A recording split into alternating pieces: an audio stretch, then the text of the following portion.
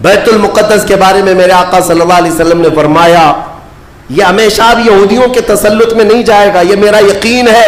دنیا ٹل سکتی ہے مگر میرے مصطفیٰ کا فرمان نہیں ٹلے گا.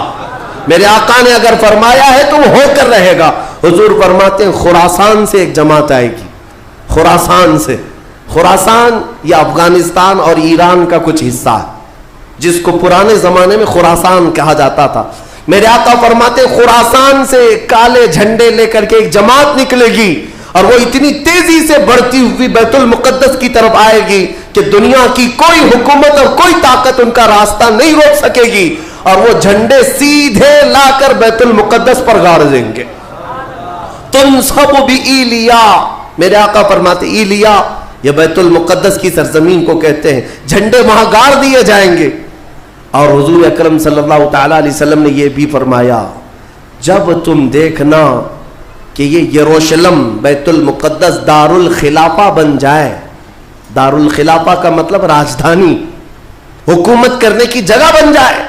میرے آقا صلی اللہ علیہ وسلم فرماتے ہیں فقد دنت الزلازل والبلایا والامور. حضور فرماتے ہیں تو پھر دیکھنا بڑے بڑے زلزلے آئیں گے دنیا میں. جب یروشلم کو راجدھانی بنا دیا جائے دار الخلافہ, بڑے بڑے زلزلے آئیں گے دنیا میں. والبلایا, اور بہت ساری بلائیں پھیلیں گی پوری دنیا میں. یہ وائرس یہ کنٹینیو آئیں گے. یہ مت سمجھنا کورونا چلا گیا. ہاں یہ سب اب کنٹینیو آنے والی ہیں بلائیں. پوری دنیا میں بلائیں پھیل جائیں گی اور اتنے بڑے بڑے معاملات ہوں گے جن کو تمہارے کانوں نے سنا نہیں ہوگا. حضور نے فرمایا.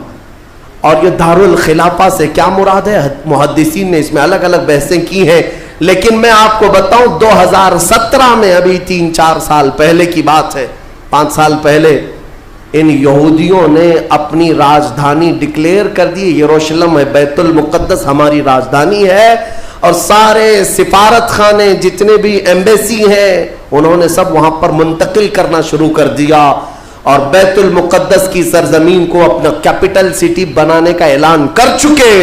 اور میرے آقا کی حدیث صادق آ رہی ہے جب وہ راجدھانی بنے گی اب بڑے بڑے زلزلے ہوں گے اور پوری دنیا میں بلائیں پھیلیں گی اور بڑے بڑے معاملات ہوں گے.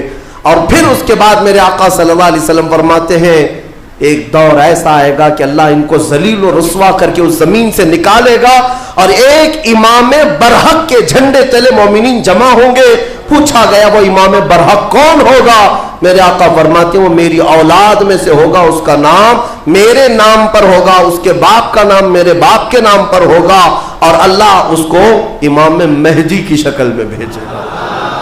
ہاں یہ زمانہ بہت قریب آ چکا, یہ زمانہ بہت قریب آ چکا. میں بارگاہ رب العزت میں آج جمعۃ الوداع میں یہی دعا کرتا ہوں کہ مولا اگر زندگی کی سانسیں باقی ہیں تو امام مہدی کی فوج میں ہمیں جگہ عطا فرما, ان کے جھنڈے تلے مولا ہمیں امن و امان عطا فرما دے. دنیا سے ظالموں کے چنگل سے مولا ایمان والوں کو آزادی عطا فرما, کفار و مشرکین کے تسلط سے مومنین کو آزاد فرما دے.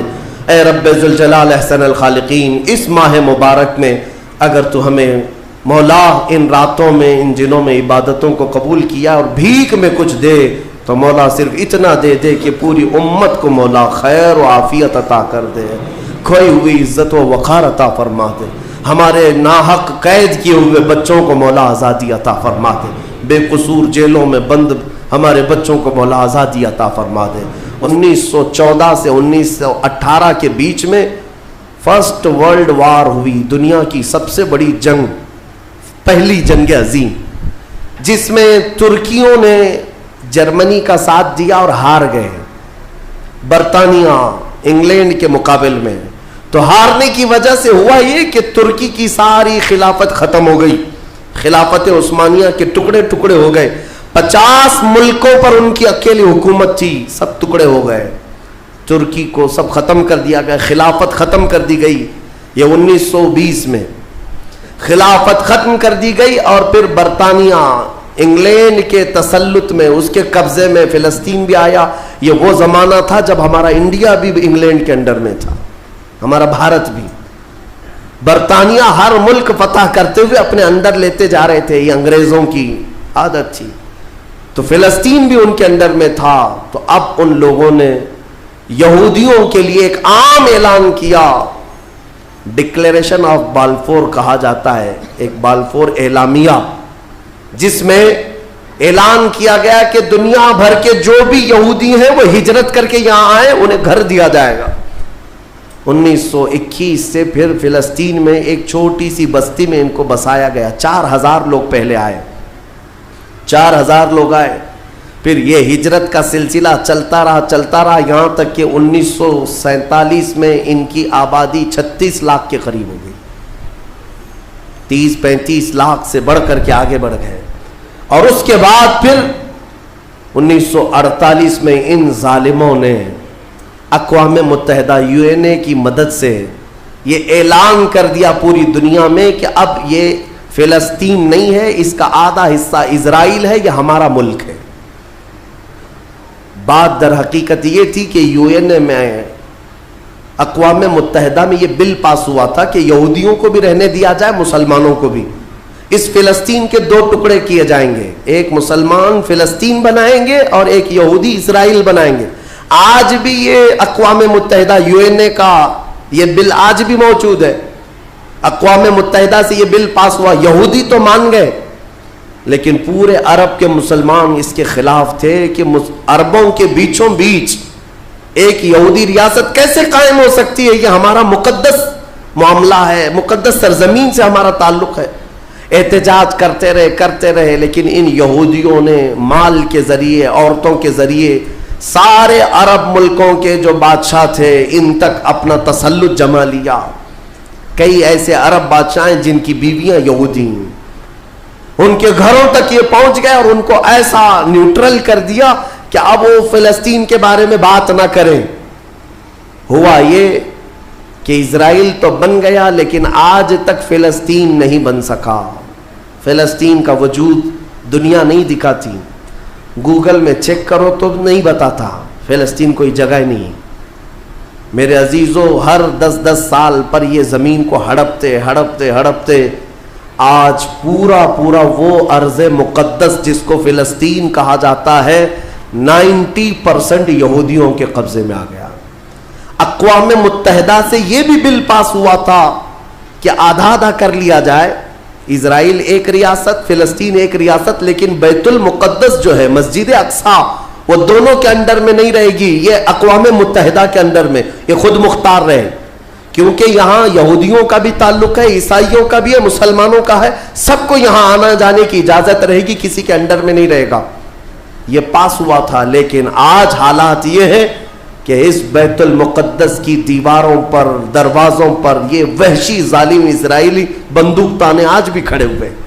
یہ جسے اندر جانے دیں وہ جائے گا۔ پوری دنیا اپنی آنکھوں سے دیکھ رہی ہے ان کی خیانت، ان کی غداری کو، لیکن کوئی ایک جملہ تک نہیں کہتا کہ اسرائیل دہشت گرد ہے۔ آپ کو میں ایک آنکڑے اگر بتاؤں تو آپ کے رونگٹے کھڑے ہو جائیں۔ انہوں نے فلسطین کے مسلمانوں میں سے اب تک 2.5 لاکھ صرف بچوں کو قتل کیا ہے ان اسرائیلیوں نے۔ آج بھی یہ ڈیٹا موجود ہے، انٹرنیٹ پہ موجود ہے، بڑی ویب سائٹس ہیں، انہوں نے شو کیا۔ اقوام متحدہ کی بھی رپورٹ موجود ہے کہ فلسطین کے کتنے مارے گئے۔ ان دونوں کی جنگ میں 24 لوگ اگر مارے جاتے ہیں تو 23 فلسطینی ہوتے ہیں، 1 اسرائیلی ہوتا ہے۔ پھر بھی دہشت گرد فلسطین ہے، آتنکواد فلسطین ہے۔ میرے عزیزو، یہ دنیا جو دوہرا کھیل کھیل رہی ہے، اس کو کون بتائے گا آخر؟ وہاں جمعہ کی نماز پڑھنے کے لیے مومنین آج بھی جاتے ہیں، ان پر گولیاں برسا دی جاتی ہیں، لیکن ان جیال مسلمانوں کو ہزاروں سلام جو تلواروں کے سائے میں بھی میرے مولا کی عبادت خشوع و خضوع سے کرتے۔ میں خود گیا اور دیکھا ہوں، چھوٹے سے بچے، 6 سال کے، 8 سال کے بچے ملنے کے لیے آتے ہیں اور یہ پورے اسلحے میں لیس فوجی کھڑے رہتے ہیں۔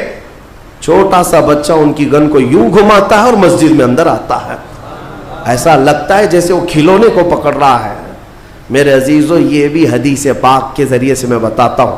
میرے آقا صلی اللہ علیہ وسلم فرماتے ہیں، میری امت کا ایک حصہ قیامت تک باطل سے لڑتا رہے گا، قیامت تک باطل سے لڑتا رہے گا، اور ان کی مخالفت کرنے والوں کا ان پر کچھ بھی اثر نہیں ہوگا، اور دنیا میں کوئی بلا بھی پھیلے تو اس جماعت پر کچھ اثر نہیں ہوگا۔ صحابہ نے پوچھا یا رسول اللہ آپ کی امت کا وہ حصہ کون ہے؟ میرے آقا فرماتے بیت المقدس کے آس پاس رہنے والے مومنین کی جماعت ہے۔ ان کی فضیلت میں میرے آقا نے فرمایا قیامت تک لڑتے رہیں گے، قیامت تک، اور ان کی خلاف کرنے والوں کا ان پر کچھ بھی اثر نہیں ہوگا۔ اور ہم دیکھ رہے ہیں ارے بڑی بڑی عمارتیں ایک بم سے گرا دیا، دوسرے دن ان کے آس پاس ان کی گاڑیاں بھی چل رہی ہیں، دکانیں بھی چل رہی ہیں، بازار بھی چل رہا ہے۔ کل رات کو فائرنگ ہوئی، 50 لوگ بیت المقدس سے اٹھا کر کے لاشیں لے گئے، دوسرے دن جا کر کے دیکھے تو عصر کے بعد عورتیں اپنے بچوں کے ساتھ روٹیاں سینڈوچ کھاتی ہوئی بیٹھی ہوئی ہیں۔ مطلب یہ ہے کہ نہ موت کا ان کے اندر خوف ہے، نہ ظالموں کے تسلط کا ڈر ہے۔ ہاں یہ بھی اللہ تعالیٰ کی طرف سے ہوتا ہے کہ مولا جب کسی کا دل کشادہ کرے تو بڑے بڑے پہاڑوں سے بھی انہیں ڈر نہیں لگتا۔ اور ایک حدیث میرے آقا صلی اللہ علیہ وسلم نے فرمایا کہ سید البقاع بیت المقدس، سید الصخرۃ صخرۃ بیت المقدس، حضور نے فرمایا پوری روئے زمین کا سردار جو حصہ ہے وہ بیت المقدس کا حصہ، سردار حصہ۔ اور گنبدوں میں اگر سردار گنبد ہے تو بیت المقدس کا گنبد ہے، یہ میرے آقا نے فرمایا۔ اور حضور فرماتے ہیں تم دیکھنا کہ اخیر زمانے میں سارے لوگ اس زمین کی طرف ہجرت کر جائیں گے۔ جب ایسی ہجرت کا وقت آ جائے حضور فرماتے ہیں فَلْزَمْهُمْ، تم لازم پکڑ لینا اس جماعت کے ساتھ چلے جانا، کیونکہ خیر پوری دنیا میں صرف وہی ہوگا اور کہیں نہیں ہوگا۔ اور آج جو حالات دیکھ رہے ہیں نا، یہودیوں کا تسلط ہے، ان کا قبضہ ہے، میرے عزیزوں چند دنوں کی بات ہے۔ میں قرآن سے اور حدیث سے وقت ہوتا تو میں آج چونکہ یہ جمعۃ الوداع ہے اور یوم قدس کے نام سے پوری دنیا آج منا رہی ہے، اس لیے میں نے تمہارے سامنے یہ باتیں رکھی ہیں۔ بیت المقدس کیا ہے؟